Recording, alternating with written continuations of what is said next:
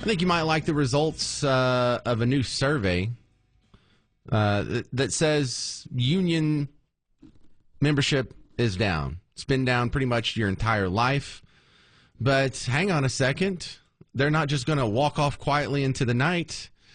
Gen Z seems to be rebounding and supporting unions more so than the previous millennial and Gen Xers and even baby boomers coming before them. What's going on with that? It's Scott Baradell from Idea Grove. Welcome back to the James Show. What on earth? I thought maybe unions would just eventually dissipate into the quiet night, but Gen Z likes them? How so?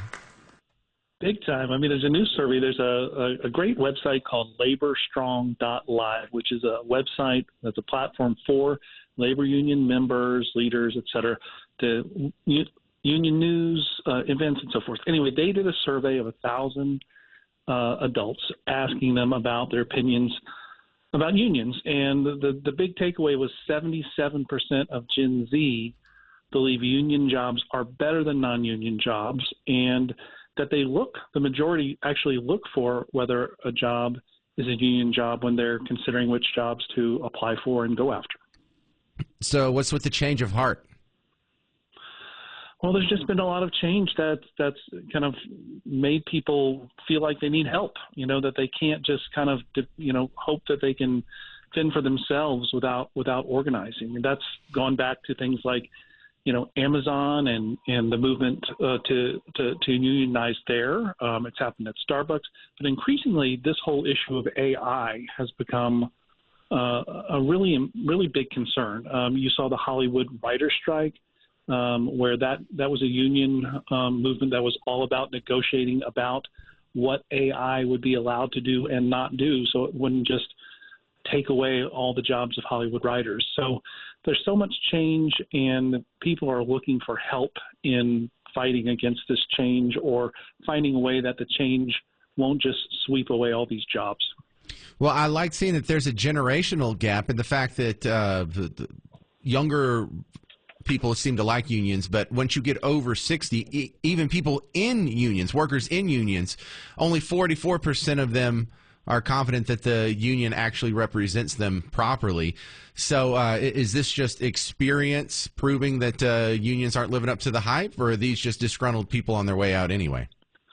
Well, I think you had, generationally, you had unions have a period where they were considered, they were thought of very positively about American workers up till about the late 70s and into the early 80s. And that's when you had Reagan, and you had this movement that became a bipartisan movement towards globalization and free trade. And if that meant jobs going overseas, well, that meant jobs going overseas. And both parties were behind this. It really defanged unions because, if you're competing within the country as it relates to pay for manufacturing job and benefits, that's one thing. But if you're having to compete with workers in, countries like China and others where wages are so much lower, then it really took the rug out from under unions in terms of their negotiating ability.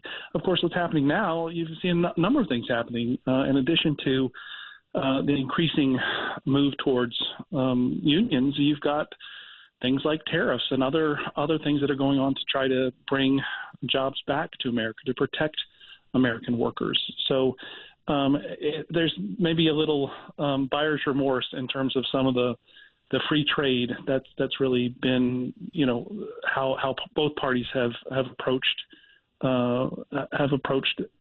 economics globally for the past 40 plus years. Well, Scott Baradell, I roll my eyes when I see surveys like this because I just assume it's an economic illiteracy that rears its ugly head in these surveys, because if you're only seeing the good part, like, yeah, well, union workshops, they have higher wages and they have better maternity leave and health care and vacation time.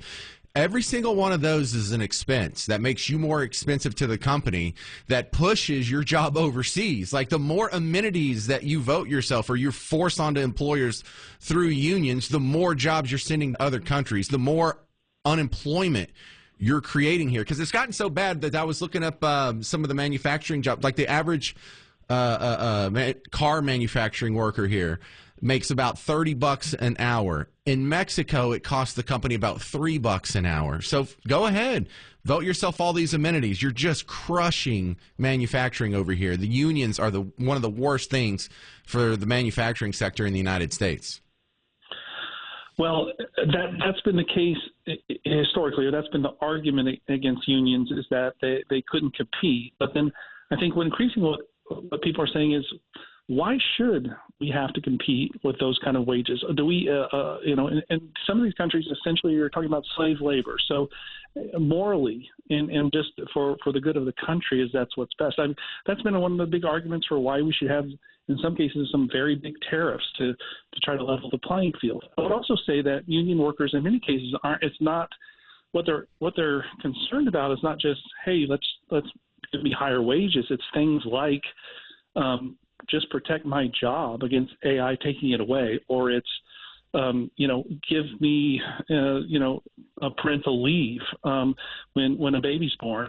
Things like that in this country are not guaranteed in the same way they are in many other developed nations. So it's just, in general, workers feeling like they've been powerless, and they're looking for. They're hoping that unions can do what they've traditionally done, which is to give them power, strength in numbers. And they're hoping that things like tariffs and maybe a backlash against some of the abuses of globalization in terms of this kind of all of, these, as you said, these very low salary countries kind of taking away jobs from Americans. Can we create a different kind of economy where it's not just kind of a race to the bottom in terms of compensation? All right, Scott Baradell, he does marketing over at Idea Grove. Appreciate you diving into this survey with me, sir. Thank you.